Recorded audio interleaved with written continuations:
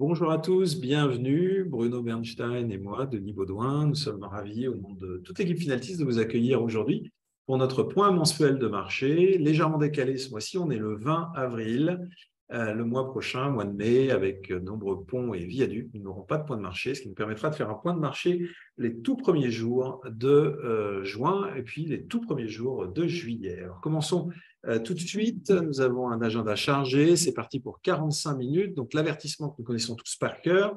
Et vous pourrez faire un arrêt sur image si vous le souhaitez lors de la réécoute de cette conférence qui est enregistrée. Donc, les performances à fin mars de nos fonds investissant sur les actions exclusivement. Donc, Finaltis Titan, le cœur de notre gestion flexible sur les valeurs de croissance depuis le début de l'année à fin mars, donc premier trimestre, plus 11,4%. Finaltis Efficient Beta investissant sur les valeurs de la zone euro les moins volatiles, plus 11% pratiquement.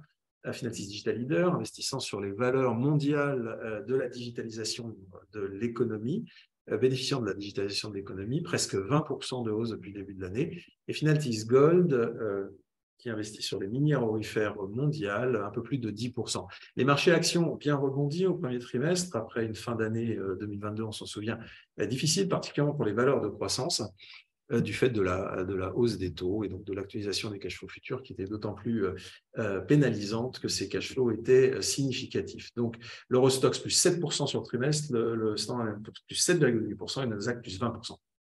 Si on actualise ces chiffres au mois d'avril, à avant-hier, donc 18 avril dernier, bien sûr, le mois d'avril, Titan gagne encore 1%, ce qui le met à 12,5% depuis le début de l'année. Finaltis Efficient Beta, valeurs donc les moins volatiles de l'euro, de l'Eurostoxx large, a gagné plus 3,7%, ce qui est une très significative surperformance par rapport à un Eurostoxx qui sur le mois monte de 1,1%. Donc Finaltis Efficient Beta approche les 15% depuis le début de l'année. Finaltis Digital Leader a rendu un peu de performance, comme le Nasdaq, qui a légèrement rebaissé sur la première quinzaine d'avril.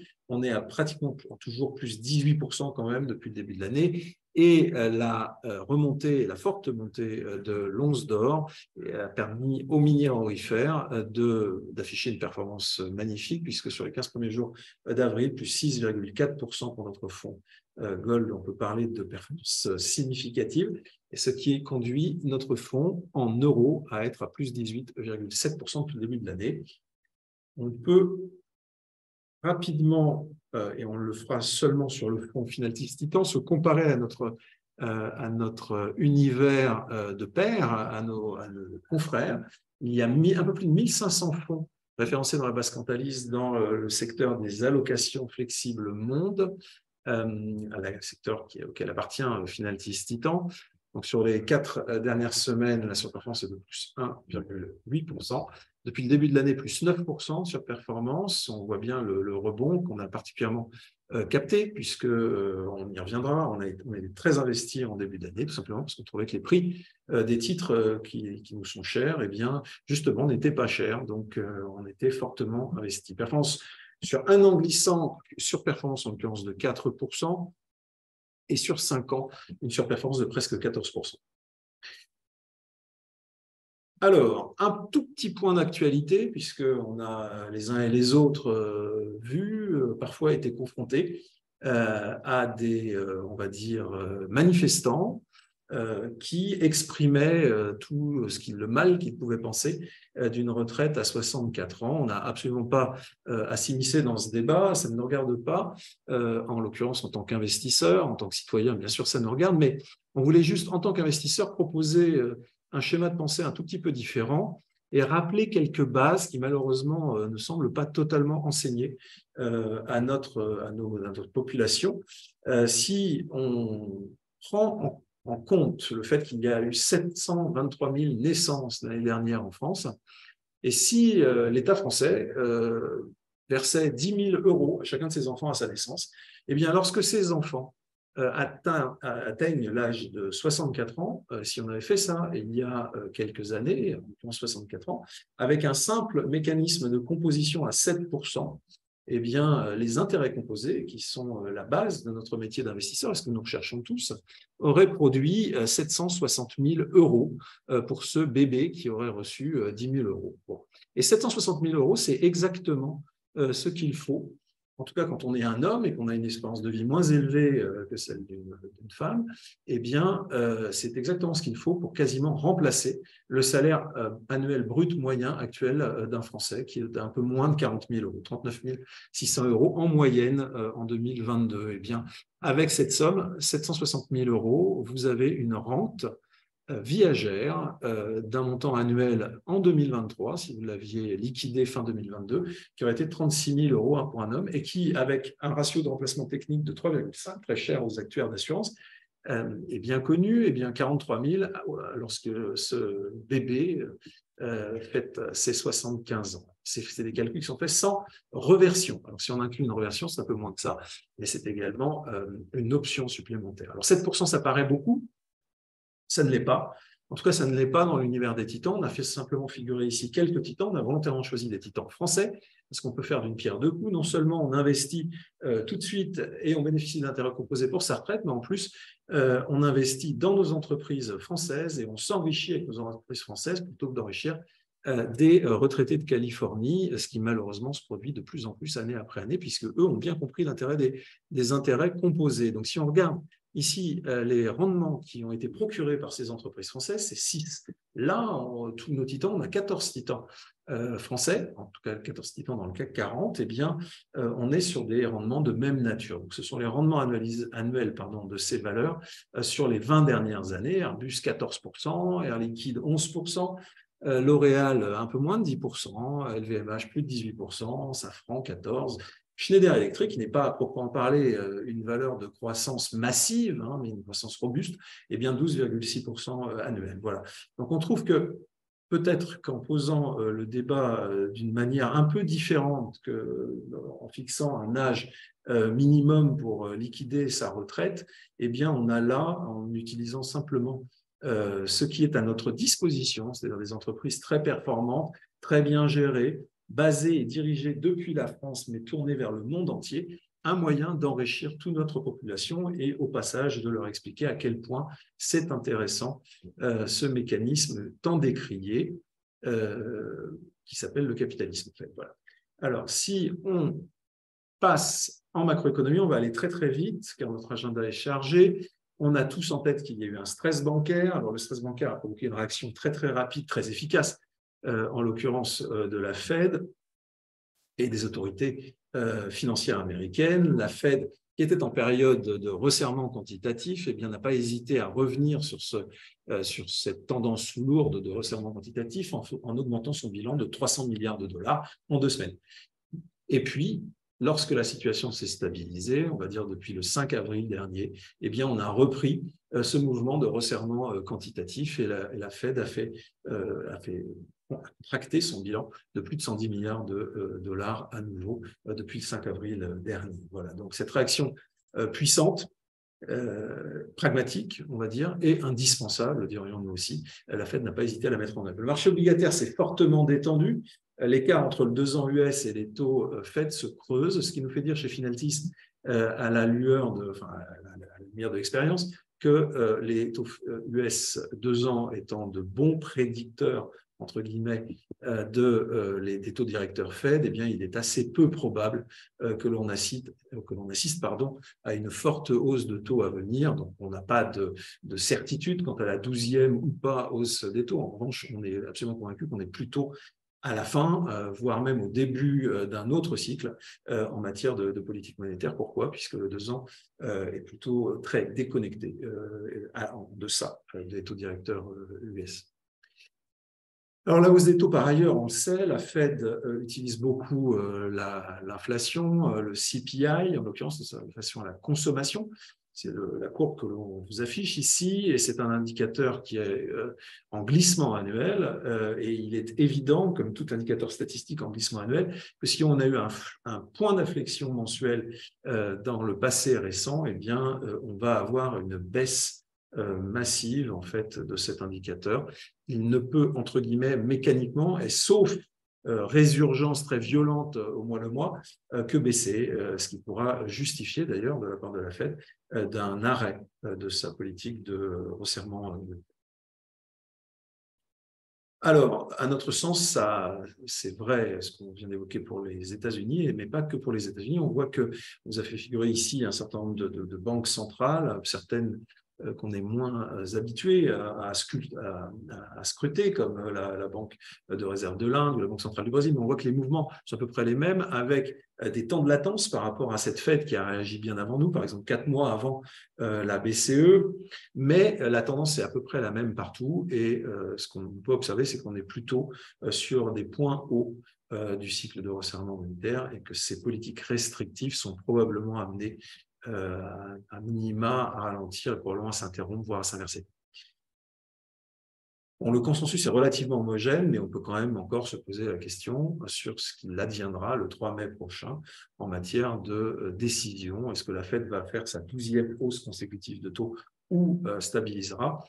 Personne n'en sait rien. On vous a fait faire figurer ici le dot plot, qui est une façon d'ailleurs assez astucieuse de la Fed de communiquer en amont de ces décisions. Mais bon, il reste un doute, mais ce n'est plus essentiel aujourd'hui. Pourquoi? Parce que de toute façon, la Fed doit jongler entre des impératifs contradictoires. Donc, on voit cette balance dans le fléau penche. Pourquoi? Parce que son objectif prioritaire, c'est bien entendu de contrer l'inflation. Elle a un autre objectif, c'est évidemment de ne pas effondrer ni le système monétaire, le système bancaire, pardon, ni l'économie d'une manière générale. Et donc, l'économie étant considérée notamment à travers le risque d'avoir beaucoup d'Américains qui se retrouvent au chômage. Aujourd'hui, afin d'éviter la récession et d'éviter le stress bancaire, il nous semble clairement que la balance ne va pas dans le sens de poursuivre une lutte contre l'inflation trop conséquente. C'est le prix à payer. On a commencé à en voir le niveau et il est très élevé. On a effondré déjà quelques banques qui, on peut en débattre, méritaient d'être effondrées, de se voir sanctionnées, mais on ne peut pas aller tellement plus loin. Alors, un rappel, on l'a en tête, mais ça vaut la peine de l'avoir à nouveau sous les yeux. Ce qui s'est passé l'année dernière s'explique largement sur les marchés d'actions. Ce qui s'est passé sur les marchés d'actions et sur les actifs de croissance, les actifs productifs, c'est lié à cette hausse des taux qu'on a connue. On voit ce schéma hausse des taux et valorisation des actions en forme d'aile de papillon. Il est bien clair que la loi d'égalisation des rendements, lorsqu'on a la possibilité d'aller placer son argent à des rendements plus élevés auprès d'un prêteur supposément aussi peu risqué que l'État américain, eh bien, c'est une concurrence redoutable pour des actifs, eux, plus risqués que peuvent être les actions plus incertaines. En tout cas, et en tout état de cause, quand ces actions produisent de la croissance, eh bien cette croissance qu'il faut bien actualiser à aujourd'hui, on doit l'actualiser avec un taux plus élevé, donc sa valeur instantanée, sa valeur actuelle baisse. Voilà. Donc si on n'a plus cette pression sur les taux, on a de bonnes chances de retirer évidemment ce poids qui pèse sur les actions. Et la force bénéficiaire de ces entreprises va de nouveau pouvoir s'exprimer, particulièrement dans les entreprises que nous affectionnons, qui sont susceptibles de provoquer de la croissance. Donc maintenant, parlons de quelques valeurs et quoi faire. Merci Denis. Donc, on en profite ce mois-ci pour vous rappeler ce qu'on fait chez Finaltis. Nous sommes des investisseurs et pour nous, l'investissement, il a une définition très, très précise. Un investisseur achète des actifs productifs. Donc, en l'occurrence, notre travail, c'est d'acheter des fermes qui donnent du bon lait et des bons œufs. Alors, cette image, elle n'est pas de nous, hein, elle est de Warren Buffett, qui a assez, toujours des métaphores assez créatives. Et bien sûr, lui ne connaît rien vraiment à la technologie ou fait semblant de rien y comprendre. Et quand un jour on lui a dit mais pourquoi vous êtes actionnaire d'Apple, il a dit j'ai juste la conviction que Apple me donnera du bon lait et des bons œufs. Voilà, donc sous cet angle, il nous paraît important de rappeler ces éléments-là. Pourquoi? Parce que il s'est ouvert en France aujourd'hui, vous avez plus de comptes sur les crypto-monnaies que de plans d'épargne en action. Il y a beaucoup de confusion qui est faite chez les jeunes notamment. Est-ce que acheter une paire de baskets et la revendre plus cher, c'est de l'investissement? Pour les plus âgés, les montres, les voitures, je ne sais quoi, tout ça, nous on critique pas du tout, c'est très bien, c'est souvent lié en plus à du plaisir, mais une montre dans un tiroir ne fabriquera jamais une autre montre, un tableau ne fabriquera jamais un autre tableau. Donc nous, notre travail, c'est bien sûr de se concentrer sur des actifs productifs, et on voudrait avec un angle un peu moins conventionnel vous parler de 4 actifs productifs qui nous paraissent particulièrement intéressants et qui sont au cœur de nos portefeuilles. Alors, ça c'est la présentation assez conventionnelle. Apple, c'est aujourd'hui la première market cap mondiale. C'est une boîte qui était, quand Steve Jobs est revenu piloter cette société, était à 3 mois de la faillite. Il restait 3 mois de trésorerie. Et donc, c'est une success story absolument incroyable.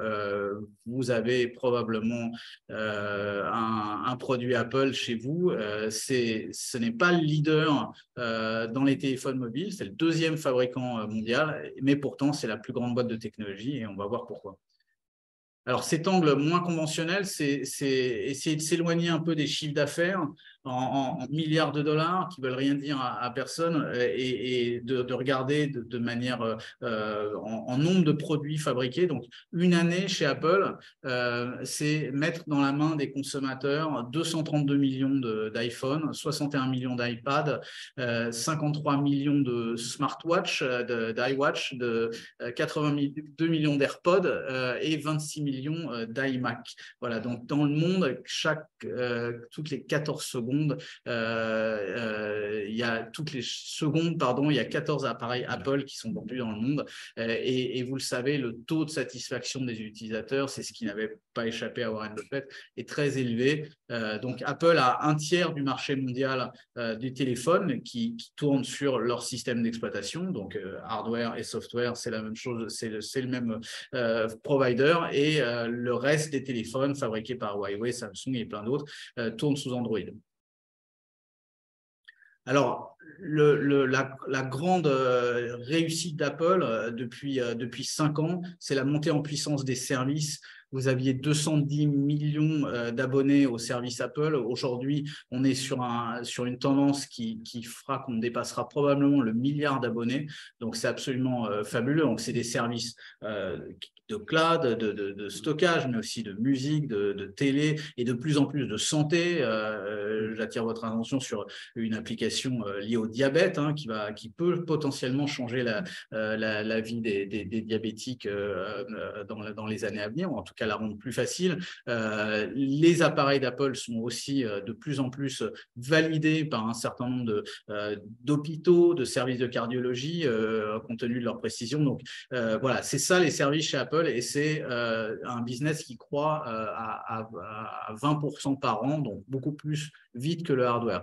Et la grande performance d'Apple, c'est que sur ces 2 milliards de bases d'appareils, donc il y en a dans les pays développés, il y en a dans le tiers-monde, etc. Ils arrivent dans un cas sur 2 à vendre des services, et c'est bien sûr la valorisation d'Apple aujourd'hui dépend de plus en plus de cette capacité dans cet écosystème de 2 milliards d'utilisateurs à pousser des services de plus en plus performants.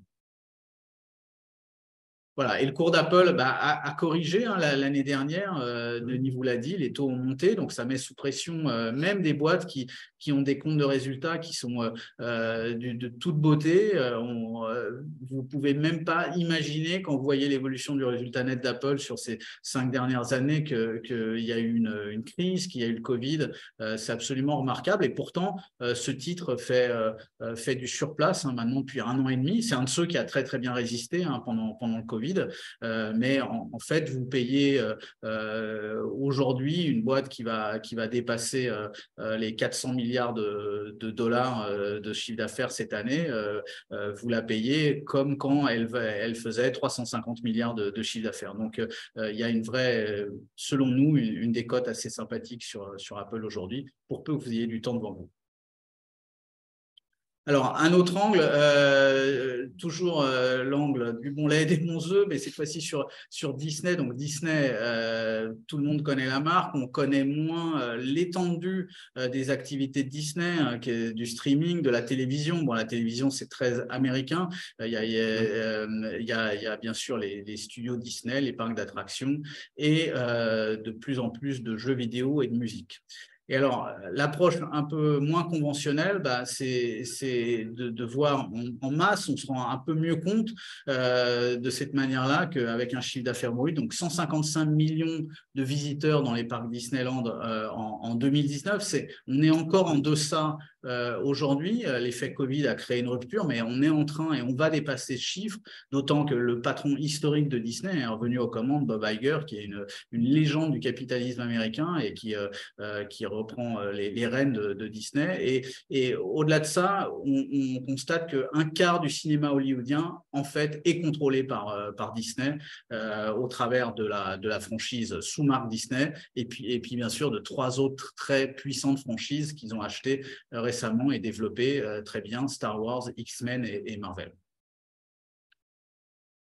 Alors, un autre angle encore, c'est tout simplement des films. Alors, on n'est pas en train de vous dire que ce sont des bons films, hein, donc chacun c'est son avis, mais en tout cas, pour ce qui est de donner envie d'aller dans des salles sombres, Disney sait y faire. Donc, faire 2 milliards de recettes sur un film, c'est absolument exceptionnel. Et il y en a 5 dans le catalogue de Disney qui ont fait plus de 2 milliards et pour le premier Avatar, quasiment 3 milliards. Et dans les 10 principaux succès au box-office, il y a 8 films de Disney. Donc, c'est absolument fabuleux l'emprise qu'a cette société sur l'industrie du cinéma. Alors là, on est sur un titre plus controversé, hein. Il suffit de voir le cours de bourse puisque ça a quasiment divisé par 2. Il y a eu bien sûr un effet Covid très très lourd, hein, sur Disney. Bon, après une phase où la Fed s'était mis au travail, hein, pour baisser les taux, donc ça avait favorisé les boîtes de croissance. Mais ensuite, je dirais l'effet un peu moins d'intérêt pour les valeurs digitales en général, et puis la remontée des taux a particulièrement pénalisé Disney, alors que vous pouvez le voir en termes de compte de résultats. Bon, là, c'est un compte de résultats très simplifié, hein, on a juste quelques lignes, mais vous voyez qu'on est quand même sur des dynamiques tout à fait remarquables. Donc, pour nous, logiquement, et compte tenu des tendances qui sont en jeu chez Disney, compte tenu de la qualité du management et notamment de l'ancien nouveau management, il n'y a pas de raison qu'un titre comme ça ne réatteigne pas ses plus hauts. On n'est pas en train de vous dire que ça arrivera dans le mois ou dans les 6 mois, dans les 2 ans, mais en tout cas, il nous paraît, selon notre analyse, rationnel, intéressant d'accumuler du Disney pour les 5 à 10 ans à venir sur ces niveaux-là. Et notre travail chez Finalty, c'est de vous aider, d'aider les clients, les partenaires à prendre du recul aussi. Et il faut absolument dézoomer en bourse. Il ne faut pas rester au mois le mois, à la semaine. Et quand on prend un peu de recul sur Disney, on se rend compte qu'il y a une vraie création de valeur actionnariale, même si sur les 3 dernières années, il y a eu énormément de volatilité qui était un peu compliquée à supporter pour les investisseurs. Voilà, alors un avant-dernier exemple sur Alphabet, qui est aujourd'hui en fait la maison mère de Google, bien sûr, mais de plein d'autres marques. Et là aussi, on va vous prendre un angle un peu nouveau, moins académique, sur la slide suivante. Vous avez 88 milliards de visites par mois en fait sur Google, donc juste une marque du groupe Alphabet, 8 milliards de visiteurs uniques par jour. Ça veut dire que bien sûr, toute l'humanité ne va pas chaque jour sur Alphabet, mais chacun d'entre nous va souvent plusieurs fois sur Google dans une journée. Et ramené à une seconde, il y a 98 000 recherches par seconde qui est faite sur Google. Voilà, et une part énorme dans le search. Donc, il y a d'autres marques, bien sûr, YouTube, sur lequel probablement vous pestez parce que vos enfants passent trop de temps. Là aussi, on est sur des chiffres énormes. 1 milliard d'heures de vidéos visionnées par mois. Les gens passent en moyenne 23 heures par mois sur cette plateforme. Et bien sûr, c'est face à l'offensive TikTok, YouTube réagit avec les YouTube Shorts qui fonctionne très bien. Il y a aussi le mail. Qui n'a pas un mail Google aujourd'hui? C'est la plateforme de mail la plus performante. Et puis, bien sûr, les navigateurs qui sont assez, dans le monde PC en tout cas, assez incontournables. Alors, Alphabet, là aussi, on est sur un titre qui a souffert sur l'année 2022. Vous voyez on se traîne autour de 105 $. Le plus haut sur ces titres était 140. Et pourtant, vous pouvez le voir sur la première ligne du compte de résultats, Alphabet n'a pas démérité en termes de chiffre d'affaires et encore moins en termes de croissance de résultats sur cette période. Donc, bien sûr, si les résultats montent, si le chiffre d'affaires monte, et que le cours baisse, c'est simple, c'est mathématique, vous avez une compression des multiples. Donc aujourd'hui, vous achetez moins cher Alphabet qu'en 2021. Bien sûr, il y a aujourd'hui un gros sujet qui est ChatGPT. Donc, on entend beaucoup d'articles sur le fait que Alphabet est une boîte et Google est une boîte du passé, puisque maintenant le search se fera avec de l'IA.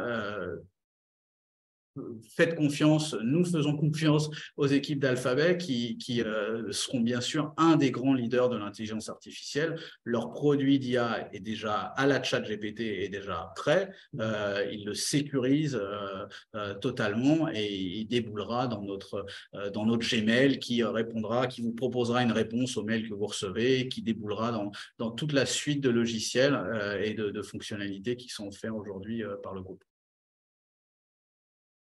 Et alors, le dernier exemple, un peu plus ludique, c'est McDo.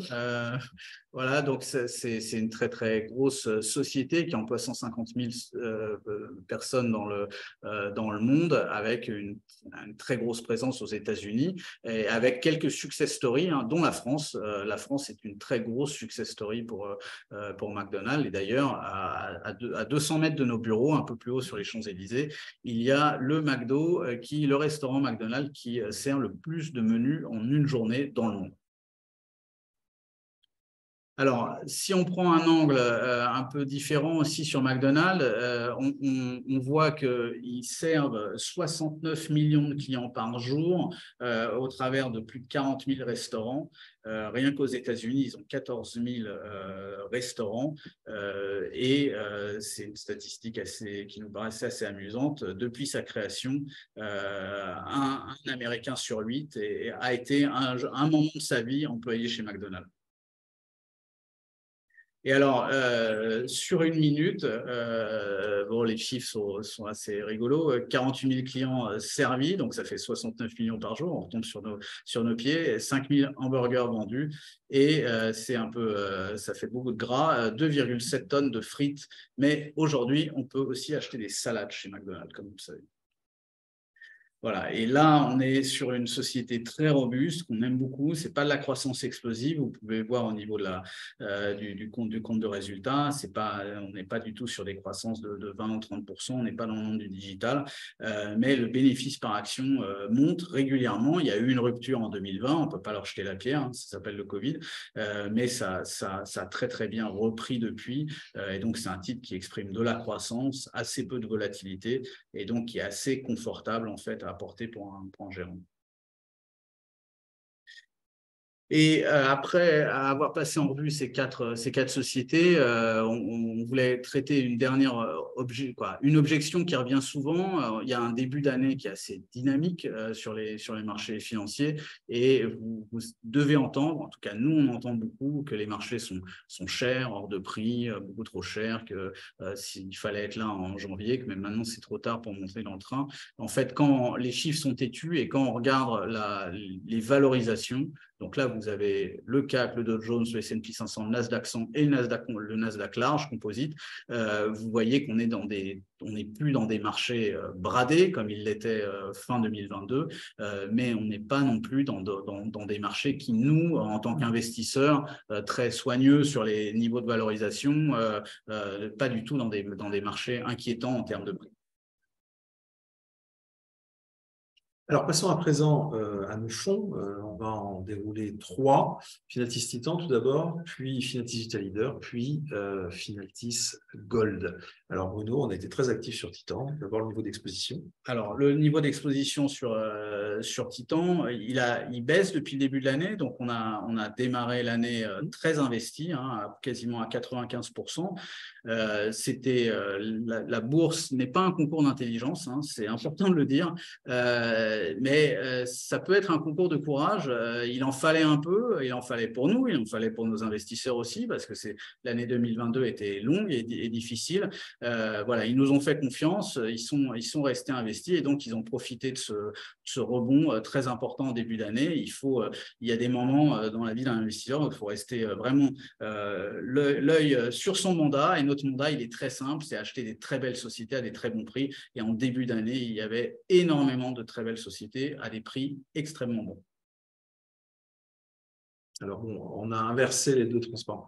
Donc, en l'occurrence, ça, c'est le résumé de ce qu'est Titan. Donc, Titan n'investit que dans des entreprises qui, lorsqu'elles émettent de la dette, et elles n'en ont pas beaucoup besoin, elles sont très bien notées. C'est pour ça qu'aux États-Unis, on appelle plutôt ces valeurs les investment grade equity. Voilà. Donc, il n'y a que des valeurs avec un bilan très solide, de la résilience de leur cash flow, en l'occurrence des activités qui sont extrêmement récurrentes. Voilà. Et en termes de titres, on a fait beaucoup d'opérations. Donc, c'est un fonds sur lequel, je le rappelle, il n'y a pas de commission de mouvement. Donc, ça nous permet d'être très actifs, puisqu'à chaque fois qu'on achète ou on vend, on ne fait pas de chiffre d'affaires pour Finaltis et on a des niveaux de courtage qui sont très, très bas et qui nous permettent donc d'être réactifs. On a par exemple fait du trading sur BNP, qui est un titre qui a pas mal souffert suite à cette ambiance un peu délétère sur les banques, suite à la faillite de Crédit Suisse. Donc, on a pu accumuler du BNP sur les niveaux de 50 à 52. Et puis, on a revendu. On est toujours porteur de ce titre, mais voilà, on a tourné autour de la position. Et puis, au-delà de ça, on a initié des nouvelles positions sur Medtronic, le leader mondial des pacemakers, sur Air Product, la cousine américaine de Air Liquide, Chevron, Mastercard, Costco. Et pour financer tous ces achats, on a vendu Novartis qui a fait un parcours fabuleux en début d'année, Reckitt. On a même vendu Apple, c'est vraiment là des ventes de court terme, puisque après on revient sur le titre. Voilà, on travaille sur les positions. On est en fait sur un axe toujours de qualité, mais au lieu d'être buy and hold sur cet axe de qualité, ce qui serait tout à fait je dirais valable comme stratégie, nous on essaye de battre Apple en buy and hold, en bougeant Apple, en l'achetant et en la vendant. Et en l'occurrence, c'est ce qu'on a fait le mois dernier. Ce n'est pas du tout parce qu'on est fâché avec la stratégie de cette société, comme vous pouvez l'imaginer. Voilà, donc le top 10 de Titan, vous voyez qu'il y a pas mal de sociétés dont on a parlé. Ce qu'on voulait vous mettre en avant, c'est pas mal de nos plus fortes convictions. Voilà, beaucoup de pharmacies. On avait encore plus. On a énormément acheté de sociétés dans le secteur pharmaceutique à partir de la mi-février. Là, on a revendu un peu, on s'est repositionné voilà, sur du Disney, et puis une position un peu opportuniste sur Bank of America. Alors, un mot quand même sur cette banque. Warren Buffett, ça fait la deuxième fois qu'on en parle dans cette présentation, mais a piqué une grande colère, c'est très rare, sur les banquiers aux États-Unis. Il considère qu'il n'y a pas de sanctions pour les banquiers qui, disons les choses comme elles sont, qui plantent leurs clients, qui plantent leurs actionnaires aussi. La Silicon Valley Bank, par exemple, son CEO, quelques jours après la faillite, a été dans son jet privé, rejoindre sa maison à Hawaï. Voilà. Et donc, ce qu'aimerait Warren Buffett dans un monde idéal, c'est que quand vous plantez un établissement bancaire, il y a quand même des sanctions, qu'on puisse récupérer des bonus qui vous ont été indûment versés. Et il va assez loin, le père Warren, toujours avec son humour, il dit j'aimerais qu'il retourne des steaks chez McDo. Voilà, j'aimerais que ça soit ça leur métier une fois qu'ils ont planté la banque. Et une seule banque trouve grâce encore aux yeux de Warren Buffett, qui est un grand fan des banques, hein, normalement, en temps normal, c'est Bank of America, qui est vraiment dont le patron, dont on n'a pas le temps de parler aujourd'hui, est vraiment quelqu'un d'assez remarquable et de très, très prudent dans la manière dont il gère cette banque. Voilà. Et sur le mois, on a quasiment perdu de l'argent sur aucun titre. Il y a juste eu c'est quasiment nos dernières positions dans le fond. On a 2 petites positions sur l'immobilier, Vonovia et Unibail. C'est les seuls titres qui nous ont freiné un peu. Sans ça, tout a bien fonctionné. Alors, Digital Leader, maintenant, donc un fonds qui, là, n'est pas flexible, il investit à 100% en permanence sur les valeurs de surcroissance. Pourquoi la surcroissance? Parce qu'elles bénéficient, ces entreprises, du mouvement très puissant de digitalisation de l'économie mondiale sous toutes ses formes. Et nous, on a identifié 6 grandes formes qui nous paraissent particulièrement prometteuses, potentiellement même révolutionnaires dans le cadre de l'intelligence artificielle. La performance depuis le début de l'année, presque 18% de hausse. On est sur tous ces thèmes du digital qui nous paraissent surcroissants. Et là aussi, on a été très actifs. Très actif, exactement, sans initier ou couper de position, mais en équilibrant le portefeuille. Donc, on a surtout fait du management, du risk management en essayant pas en essayant, en contrôlant bien la taille de nos positions et ayant en tête que des titres comme Nvidia ou Meta ont quasiment doublé en 3 mois. Donc, bien sûr, si vous laissez filer des positions comme ça, vous vous retrouvez avec des pondérations trop fortes. Donc, voilà, travailler sur faire de la gestion, c'est aussi ça, c'est d'équilibrer les positions et de gérer les déformations du portefeuille. Et on a renforcé 3 très grosses convictions qui sont Airbnb, Mastercard et Accenture. Voilà, donc le titre et le fonds est 100% sur des valeurs digitales, comme vous le voyez. C'est un fonds assez concentré. Toutes les sociétés ont contribué, à l'exception de Charles Schwab, qui nous a bien aidés en 2022. Mais bien sûr, c'est un broker online, c'est aussi une banque. Donc, ils sont bien sûr, par capillarité, ce qui s'est passé sur les banques aux États-Unis les ont un peu pénalisés. Mais voilà, nous, on conserve notre confiance dans le management et dans cette société qui nous a apporté, encore une fois, pas mal de décorrélations l'année dernière, au moment où tout le digital se cassait la figure. Enfin, parlons donc de Finaltis Gold, qui techniquement s'appelle encore Landel Investment Lux Gold. Le transfert au sein de notre SICAV Finaltis Funds au Luxembourg est en cours. Elle est en cours maintenant depuis plusieurs mois et elle devrait être effective au cours de ce trimestre. Alors, notre approche sur Finaltis Gold, rappelons d'abord l'objectif. À travers ces investissements dans les minières aurifères, on investit dans les actifs productifs que sont les entreprises dont le métier est l'extraction de l'or. Eh bien, notre objectif, c'est de représenter et de donner une valeur productive à ce métal inerte qu'est l'or. Donc, on est sensible, bien entendu, à l'once d'or. On est même plus que sensible. Le bêta est supérieur à 1 par rapport à l'once d'or. Donc, dès que l'once d'or se valorise, eh bien, les minières aurifères se valorisent plus, en tout cas quand elles sont bien gérées, et on se targue effectivement de choisir des entreprises qui, tant financièrement qu'extra-financièrement, sont bien gérées. Alors, la performance depuis le début de l'année arrêté à avant-hier, plus 18%, notamment parce que il y a 2 phénomènes très intéressants à noter ce trimestre. La poursuite du mécanisme de fusion entre les grandes minières aurifères au monde. Il ne se trouve pas des filons d'or tous les jours, et pour maintenir leur niveau de production avec des filons d'or qui sont ce qu'ils sont et dont la quantité croît peu, et les entreprises se rachètent et avec des primes. Donc, on a certaines des entreprises que nous détenions qui ont été rachetées avec des primes, et donc ça a valorisé le portefeuille. Et puis, le deuxième mécanisme, c'est simplement le mécanisme que j'évoquais à l'instant, qui est celui de la hausse de l'once d'or, qui a enfin passé les $2000 l'once. Et immédiatement, ça se voit sur les comptes de résultats et sur les perspectives bénéficiaires de ces entreprises. Alors, qu'est-ce qu'on a dans ce fonds Finaltis Gold? On n'a que des entreprises à la très bonne gouvernance. Elles sont gérées depuis des pays qui sont connus pour leurs pratiques de gouvernance saines et qui mettent en œuvre et respectent bien entendu l'intégralité des réglementations où elles opèrent. Alors, prioritairement, bien entendu, des minières aurifères exclusivement centrées sur cette activité. On peut avoir un titre de diversification. On voit dans le top 10 2 minières argentifères. On pourrait aussi avoir un titre de diversification des mines de palladium ou des mines de platine. Il y a également la possibilité dans ce fonds d'investir dans des minières généralistes pour peu que leur activité de minière aurifère, que le département aurifère, le secteur aurifère de leurs activités soit très important. À l'heure actuelle, dans Finaltis Gold, il n'y en a qu'une seule de ces minières généralistes. Elle n'est pas dans le top 10 puisqu'elle est 11e. Et c'est en l'occurrence Rio Tinto. On insiste beaucoup sur le fait que les critères de sélection sont également extra-financiers.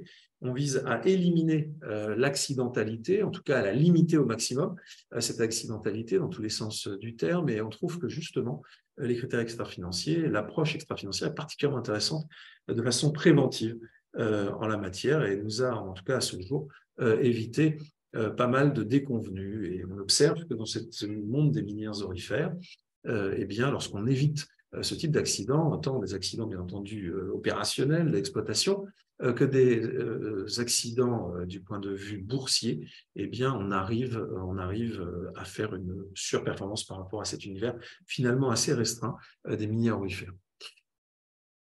Alors, pour finir, un petit coup de projecteur, on appelle ça la pépite du mois dans chacun de nos rapports de gestion sur Finaltis Gold. Donc, la pépite du mois du dernier reporting, eh bien, c'était d'observer la variation de l'once d'or en 2022. On a tous en tête que l'once d'or n'a rien fait en dollars en 2022. Il est resté obstinément, il a fluctué bien sûr, mais disons qu'entre le début et la fin de l'année, on n'était pas très très loin de $1900 l'once. C'est vrai en dollars américains, mais ce n'est pas vrai du tout dans d'autres devises. Et on peut imaginer qu'un investisseur turc était bien content et pu être très satisfait d'avoir eu des onces d'or libellées en dollars, converties en livres turcs. Ça l'a quelque part très très bien protégé contre les avanies diverses et variées et disons-le carrément l'incurie financière des affidés de l'équipe Erdogan en matière de gestion monétaire à tout le moins, et pour ne pas en dire plus. Voilà. Donc, c'est vrai aussi pour l'investisseur japonais qui a été de ce fait protégé par cette once d'or qui, certes, l'année dernière, on le rappelle, n'a pas fluctué nominativement, mais a eu cet effet quand même de protection qu'on lui accorde. Voilà, on en a terminé, Bruno et moi, pour ce qu'on souhaitait vous dire ce mois-ci. Bien entendu, il y aurait énormément d'autres choses à dire. On a dû faire des choix, il faut tenir dans les 45 minutes, il me reste 30 secondes, donc j'en termine pour vous remercier de votre attention, de votre confiance, car il faut le souligner, Finaltis est en croissance, nous n'investissons pas que dans des valeurs en croissance, nous sommes aussi en croissance, et si nous sommes en croissance, c'est grâce à vous, puisque nous approchons maintenant d'une centaine de mandats de gestion pour nos investisseurs, et en plus de nos siphons ouverts. Donc, et c'est grâce à vous que nous le devons. Merci pour votre confiance. N'hésitez pas à nous contacter, à contacter chacune d'entre nous pour toute question. Nous sommes très, très avides de vos questions. Elles nous font progresser, elles nous aident à réfléchir et c'est en réfléchissant qu'on essaye d'éviter en premier lieu les bêtises et si possible d'avoir de bonnes idées. Merci pour ça et merci pour votre attention. À bientôt. Merci. Au revoir.